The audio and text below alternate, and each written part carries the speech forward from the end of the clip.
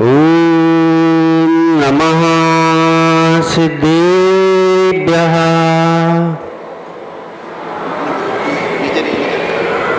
ओम नमः सिद्धेभ्यः।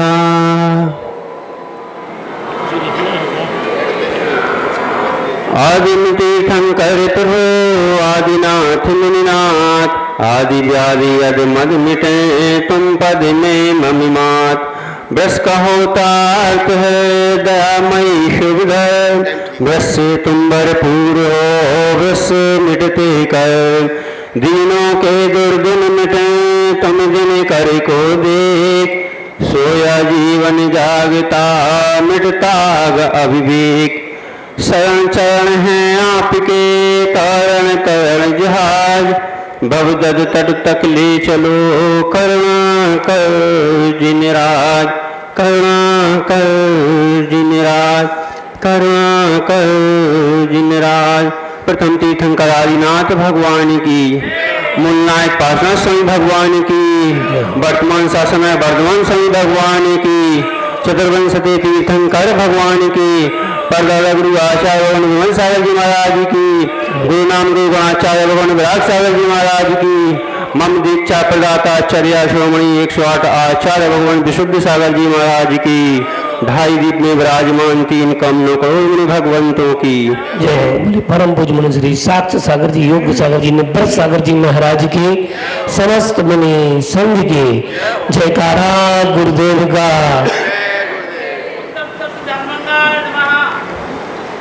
बंधु, आज 10 लक्षण पर्व का कौन सा बैठो 7वां दिन चल रहा है, यानी 10 लक्षण पर्व। सोचो कितने दिन बचे, मात्र आज के बाद 3 दिन और शेष हैं। और आज का दिन है तप का दिन। जो तपता है वही स्वादिष्ट होता है, वही गाढ़ा होता है। जब तक तपता नहीं है तब तक वह गाढ़ा होता नहीं है, तब तक वह पतला ही रहता है। किससे तपना है? पहले, सबसे पहले तो अगर तपने का ले लिया नाम तो तपना किससे है? तपना किससे है? कब तपना है? क्यों तपना है? किस लिए तपना है? तब कहते हैं अति दुर्लभ अति महादुर्लभ त्याग विषय कसाय जो तप आदरे। किससे तपना है? जो दुर्लभ है संसार में, मोक्ष पद को पाना। उस मोक्ष पद पाने के लिए हमें तपना होगा और छोड़ना होगा क्या? विषय कसाय वासनाओं को छोड़ना होगा, त्यागना होगा। जब हम उनको छोड़ देंगे तब हम तप पाएंगे, यानी कि हमारे लिए कुछ त्याग करना होगा। त्याग के माध्यम से हमें तपना होगा। दूध तपता है अग्नि में, तो दूध तपता है। दूध तपने से पहले क्या डायरेक्ट दूध ही तप जाता है? उसके पहले बटलोई को तपना होता है, भगोनी को तपना होता है। उसमें जो भी पात्र है उस पात्र के माध्यम से वह दूध तपता है। ऐसे ही नहीं डायरेक्ट अगर रख दिया जाए तो दूध भी नष्ट हो जाएगा और अग्नि भी समाप्त हो जाएगी। तपती है पहले बटलोई, लेकिन कहते क्या है? हम दूध तपा रहे हैं। दूध बटलो आग के माध्यम से और बटलोही का सहयोग पा करके फिर वह दूध गर्म होता है, और जब वह दूध गर्म हो जाता है तब वह स्वादिष्ट लगता है। लेकिन उसके लिए भी फिर अलग अलग प्रक्रिया हुआ करती है। पहले के जमाने का दुग्ध जो हुआ करता था बहुत सोंधा हुआ करता था। मालूम है क्यों? पहले के जमाने का दुग्ध सौंधा हुआ करता था, मन को भाने का वाला हुआ करता था। मालूम है क्यों? क्योंकि वह पहले मिट्टी के बर्तन हुआ करते थे। उन मिट्टी के बर्तनों में दुग्ध को पकाया जाता था, चोया जाता था। उस मिट्टी के बर्तन की सौंधी सौंधी खुशबू जब उसमें प्रवेश कर जाती थी, इसलिए वह दुग्ध सौंधा हो जाया करता था। ऐसे ही यहाँ पर भी हमें भी व्रतों के माध्यम से यह शरीर मिला है। यह शरीर तपेगा जब आत्मा के पास पहुंच पाएंगे। अगर शरीर नहीं तपाएंगे तो आत्मा के पास नहीं पहुंच पाएंगे। उसमें भी फिर है, अगर आपने दुग्ध तपाया लेकिन किस में तपाया, कौन सी अग्नि में तपाया, किस प्रकार की अग्नि थी, तो उस अग्नि का भी बहुत महत्व हुआ करता है। अगर आपने घास की अग्नि में सांवला जी घास की अग्नि में अगर दुग्ध को तपा लिया तो वह दुग्ध पीने योग्य नहीं रह जाएगा, क्योंकि उसमें उसका धुआं प्रवेश कर जाता है। तो वह दूध कैसे लगता है? धुआंरा लगने लगता है। और वही दूध अगर केवले की आंच में पकाया जाए तो वह सौंधा हो जाया करता है, उत्तम लगने लगता है। ऐसा करता है, थोड़ा सा पिया और मिल जाता।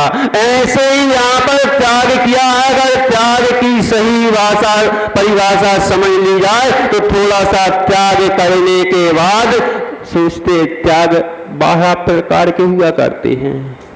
6 बहिरंग तप हुआ करते हैं और 6 अंतरंग तप हुआ करते हैं।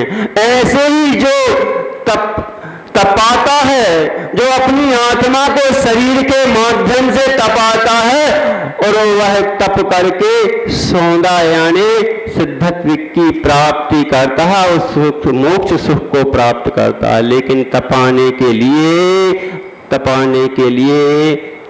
के लिए अग्नि चाहिए होती है, धुएं घास की अग्नि नहीं। अगर आप तपा रहे हैं, आपने उपवास कर लिए, 8-8 दिन के उपवास के लिए, 15-15 दिन के उपवास कर लिए, महीने का उपवास कर लिया, तब आपके अंदर से घास का धुआं नहीं निकला तो वह दुग्ध तो धुआंरा ही हो जाएगा। रजत भाई, धुआंरा हो जाएगा। वह आपके अंदर से कसाएं नहीं निकली, क्रोध नहीं निकला, मान नहीं निकला, मायाचारी नहीं निकली, तो समझो वह दूध हमने घास पे तपा लिया। तप तो किया लेकिन कुतप हो गया। आपका संसार ठीक है, मिल जाएगा पुण्य का फल, पुण्य फल अरिहंता, पुण्य का फल तो प्राप्त हो जाएगा। लेकिन जो अरिहंत पद को प्राप्त देने वाला था, वह मात्र उत्तम भोग को प्राप्त हो पाओगे। कुछ लोग तप की व्याख्या बिल्कुल अनूठी किया करते हैं, अनूठी ही समझा करते हैं। उनमें भी एक उदाहरण आता है।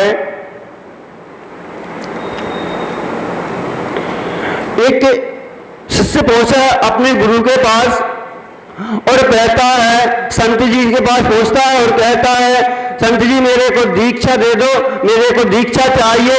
वह संत जी कहते हैं, वह महाराज कहते हैं, वह मुमुक्षु जीव कहते हैं, पहले पतली करो। वह चला जाता है। वह शिष्य जो आया था, दीक्षा लेने के लिए आया था, वह शिष्य चला जाता है, जाकर के 3 उपवास ठोक देता है। 3 उपवास के बाद थोड़ा उसका शरीर हल्का हो जाता है। वह जब जाता है उसका शरीर हल्का हो जाता है। 3 दिन बाद आता है, कहता है गुरुजी अभी तो 3 उपवास कर लिए, अब मेरे को दीक्षा दे दो। वह फिर कहते हैं, वह संत कहते हैं, वह महाराज कहते हैं, पतली करो। वह फिर जाता है और जाकर के सीधा अन्न जल का त्याग कर देता है और 7 दिन का उपवास ठोक देता है।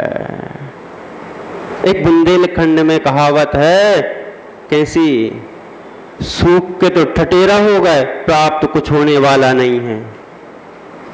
सूख के ठठेरा समझते हो? ठठेरा जो अपन गन्ने को ही ले लो, वो गन्ने को धूप में डाल लो और वह सूख जाएगा। सूखने के बाद उसमें से कुछ नहीं प्राप्त होगा, वह बिल्कुल दुबला पतला हो जाएगा, यानी कि बिल्कुल सूख जाएगा। और सूखने के बाद उसको यूं कहोगे तो वह टूट जाएगा। उसी को कहते हैं ठठेरा। ये समझाने के लिए कह दिया। ठठेरा तो वाकई में जो ज्वार का और मक्के का जो हुआ करता है पेड़, उसके लिए बोला करते हैं सूख के ठठेरा हो गया। लेकिन क्योंकि गन्ना प्रचलित है, गन्ना का सभी लोग जानते हैं, इसलिए गन्ने का यहाँ पर उदाहरण रख लिया। वह 7 दिन का उपवास कर लेता है, जाकर के 7 दिन के उपवास के बाद फिर आता है, बोलता है गुरुजी मेरे को दीक्षा दे दो। अब गुरुजी ने तो एक ही शब्द लगा के रखा था, पतली करो पतली करो। वह जाता है फिर से 15 दिन के उपवास करना शुरू कर देता है, अन्न जल का त्याग। अब की बार वह वही सूख के हो गया ठठेरा, कुछ हासिल नहीं। फिर आया, बोलता है रिंकू भैया, कविराज जी फिर बोलता है गुरुजी महाराज जी अब मेरे को दीक्षा दे दो। अब तो देखो मैं सूख के ठठेरा हो गया। वह कहते हैं पतली करो, वह बिगड़ जाता है।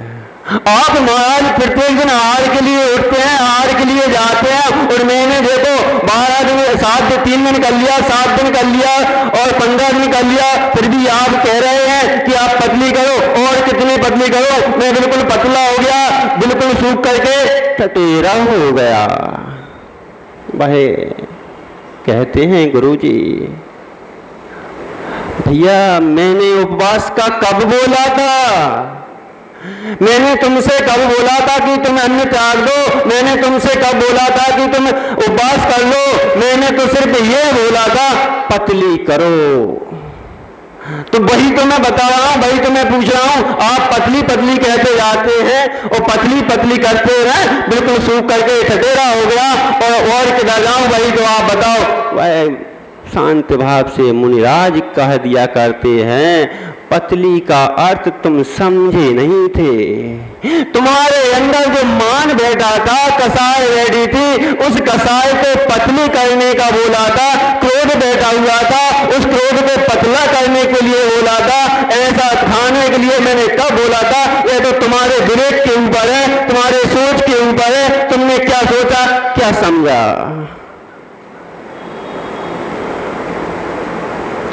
यह पर भी तप करते हैं, हम तप कर रहे हैं, हम व्रत कर रहे हैं, हम उपवास कर रहे हैं। उपवास करने का अर्थ यह नहीं है कि भूखा रख लेना।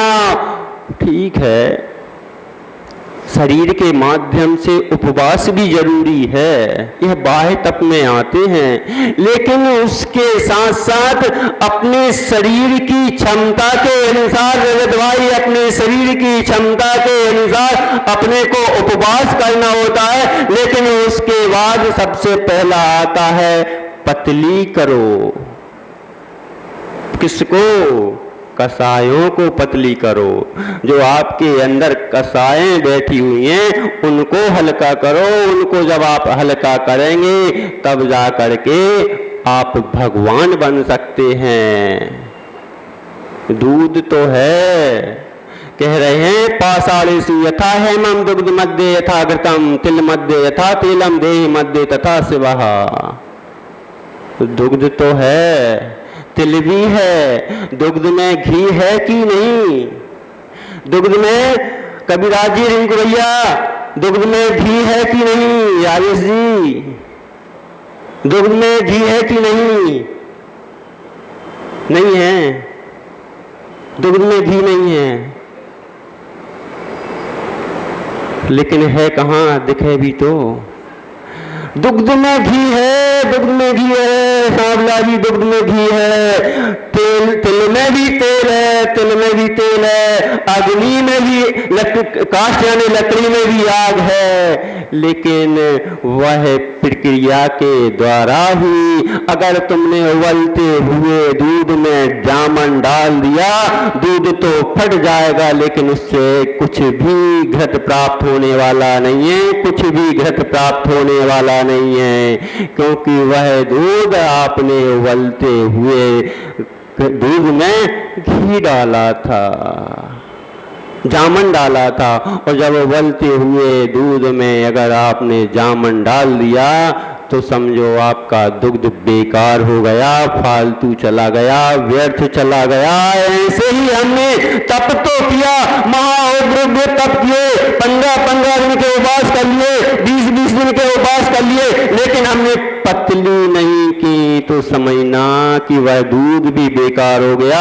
तिल में तेल है, वह तेल भी आपने गला करके और प्रक्रिया के द्वारा अगर नहीं किया, इस पिलर में नहीं डाला, तो वह तिल भी सड़ जाएगा, कोई मतलब का नहीं है। पहले पतली करना होगा, तप के माध्यम से हमें तप को तो तपना होगा। जैसे कि तपेली में दूध तपता है, लेकिन बटलोई के माध्यम से तपता है, बटलोई उसको तपाती है, बटलोई पहले गर्म होती है, गर्म होने के बाद वह उसमें यानी गर्मी वह दूध के अंदर पहुंचाती है, वह दूध उसमें प्रवेश कर जाता है। ठीक वैसे ही इस शरीर के माध्यम से वाह तप तो हमें करना है, वाह तप तो करना है, लेकिन आंतरिक तपों की ओर भी हमें ध्यान देना है। जब तक हम आंतरिक तप नहीं करेंगे, हम मंदिर जाते हैं, हम भाई भी एक तप है। आज ऐसा पंचम काल है, पंचम काल का यह सबसे बड़ा दोष है कि किसी का मंदिर में धर्म का में मन नहीं लगता।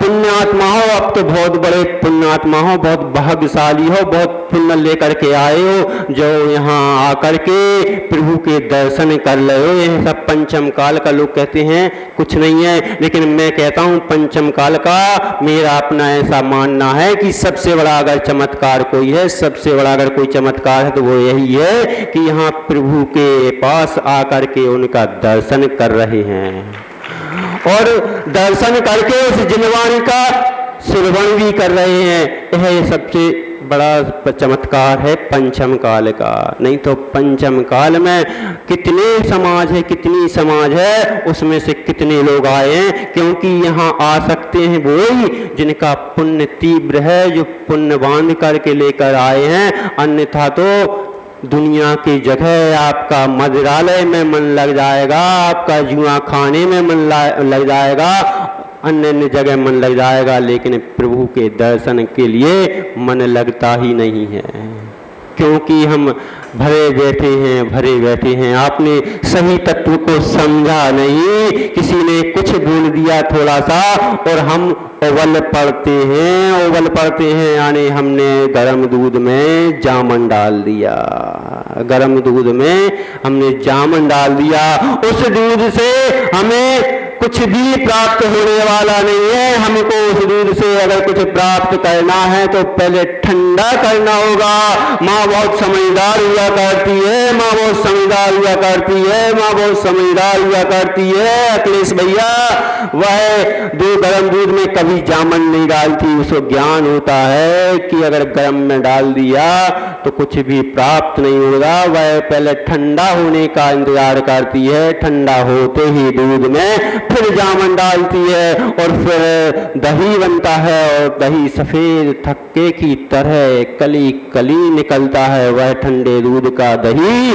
तब जाकर के उसमें से मक्खन सफेद सफेद मक्खन निकलता है और उस मक्खन के माध्यम से फिर तपाया जाता है। उस सफेद मक्खन में कुछ भी नहीं निकला, मात्र सफेद सफेद यानी वाइट दिख रहा है। आप सोचते हैं वह बिल्कुल शुद्ध हो गया, वह शुद्ध हो गया, अभी भी उसमें कुछ है, अभी भी कुछ है। वह थोड़ा सा और तपाते हैं और तपाने के बाद उसमें मरी रह जाती है, वह थोड़ी सी मरी निकलती है। तब जाकर मरी अलग हो जाती है और घृत अलग हो जाता है, तब जाकर के वह शुद्ध घी बनता है, वह शुद्ध घी बनता है। ऐसे ही बंधुओं हमारा भी विषय कसाय आदि 5 पाप जो हैं इन सब से हमें को निकलना होगा, आरंभ परिग्रह से निकलना होगा और अपने को पतला होना होगा।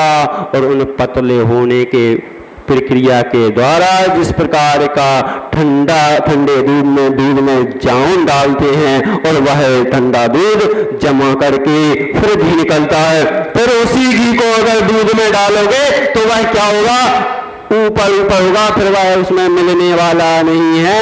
ऐसे ही जब हम सब चीजों को कसाय आदि की पतला कर देंगे तब हम जा करके ऊपर उठ जाएंगे और सिद्धत्व बन जाएंगे। और जब सिद्धत्व बनेंगे फिर हम संसार में दिखने वाले नहीं हैं। प्रक्रिया को समझना होगा। हम मंदिर जाते हैं, मंदिर की हमको पूरा भान नहीं है, पूरा ज्ञान नहीं है, इसीलिए तो हम पूर्ण तरीके से मंदिर के दर्शन भी नहीं कर पाते। मात्र सर पटका और चले आए। सर पटकने से भी पुण्य का बंध तो होगा, ऐसा नहीं है, लेकिन बस वही है, गर्म दूध में आपने उबलते दूध में जामुन डाल दिया। सावला जी अपने क्या हो गए थे, 15 उपवास का अपने को फल मिला था। मात्र कहां पर, बीच में मंदिर के बीच स्थिति में पहुंचने पर अपने को 15 उपवास का फल मिला था।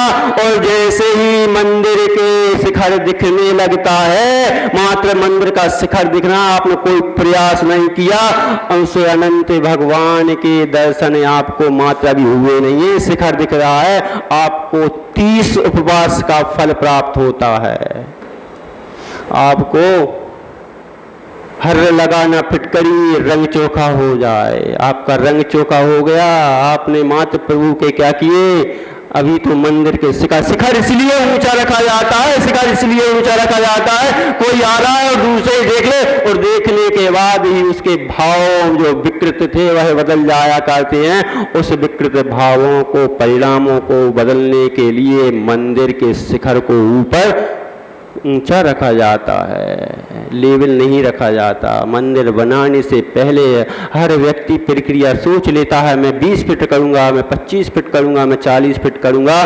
क्या करने का कोई और औचित्य नहीं है, औचित्य मात्र इतना ही है, जो संसार को के गर्त से निकालने वाला है वह 15 उपवास का फल देने, 30 उपवास का फल लेने वाला है। और मंदिर के प्रांगण में यानी आंगन में पहुंच गए, मंदिर के आंगन में पहुंच गए तो आपको 30 दिन के उपवास का फल प्राप्त हो जाएगा। आंगन में पहुंचने से 6 माह का उपवास का फल प्राप्त होता है। अभी मंदिर के प्रांगण में पहुंचे हैं, आंगन में पहुंचे हैं, आपको 6 उपवास का फल प्राप्त हो गया। बंधुओं सोचो मंदिर क्यों जाना चाहिए। मंदिर की पहले आप पूरा आपको ज्ञान ही नहीं है। जिस दिन अभी तो और भी है, प्रभु के दर्शन बाकी हैं, प्रभु की परिक्रमा बाकी है, स्तुति बाकी है, सबका फल अलग अलग है। वही भी आगे देखेंगे। अपना समय हो गया, समय पे किया हुआ काम समय को याद दिलाता है, वही भगवत्ता को प्रदान करता है। ऐसी भावना के साथ कि उसी प्रभु के दर्शन करते करते हम पतली करें। मंदिर जाने से, प्रभु के दर्शन करने से हम जो पतली करेंगे तो पतली करने से हमारे कर्मों का क्षय होगा। इन्हीं भावनाओं के साथ आचार्य भगवान विशुद्ध सागर जी महाराज की जय हो।